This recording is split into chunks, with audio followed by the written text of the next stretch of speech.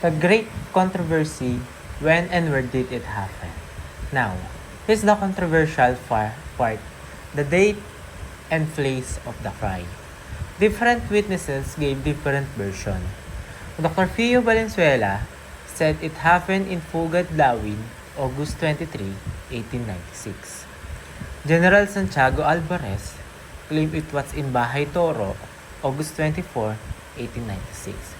Guillermo Masangkay, a close friend of Bonifacio, said it was in Balintawak, August 26, 1896. Gregorio de Jesus, Bonifacio's wife, said it was near Caloocan, August 25, 1896. So depending on which account you follow, the cry happened on 4 different dates and in 4 different places.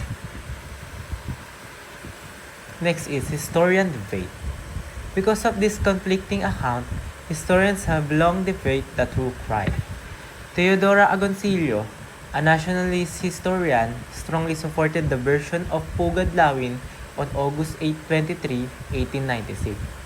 In his famous book, The Revolt of the Masses, he argued that this was authentic cry. In 1963, because of Agoncillo influence, the National Heroes Commission officially declared August 23 in Pugad Lawin as the date and place of the cry. Other historians like Zaid and Guerrero argued that Balintawak also had strong evidence since multiple eyewitnesses placed the cry there on August 26, 1896. One explanation in that Balintawak, Pugad Lawin, Bahay Toro, and Caloocan were all close to each other, and since the Katipuneros were constantly moving to avoid being captured, it's possible that several cries happened in those days. That's why witnesses remembered different dates and different locations. Aftermath of the cry. After the cry, the revolution began in earnest. In the first few days, Bonifacio led skirmish in the outskirts of Manila.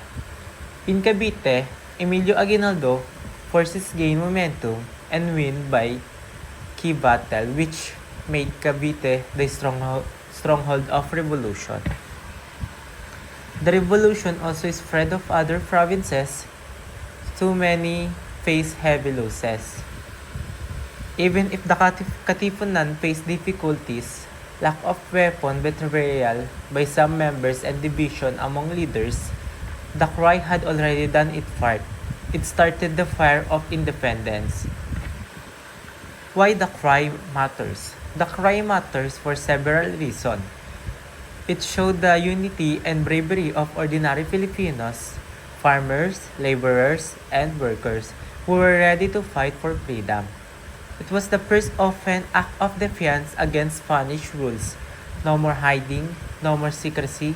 It marked the official beginning of the Philippines Revolution, which would eventually lead to independence after many struggles. Reflection. Some may ask, does it really matter whether it was Balintawak or Pugad Lawin? Whether it was on August 23 or 26?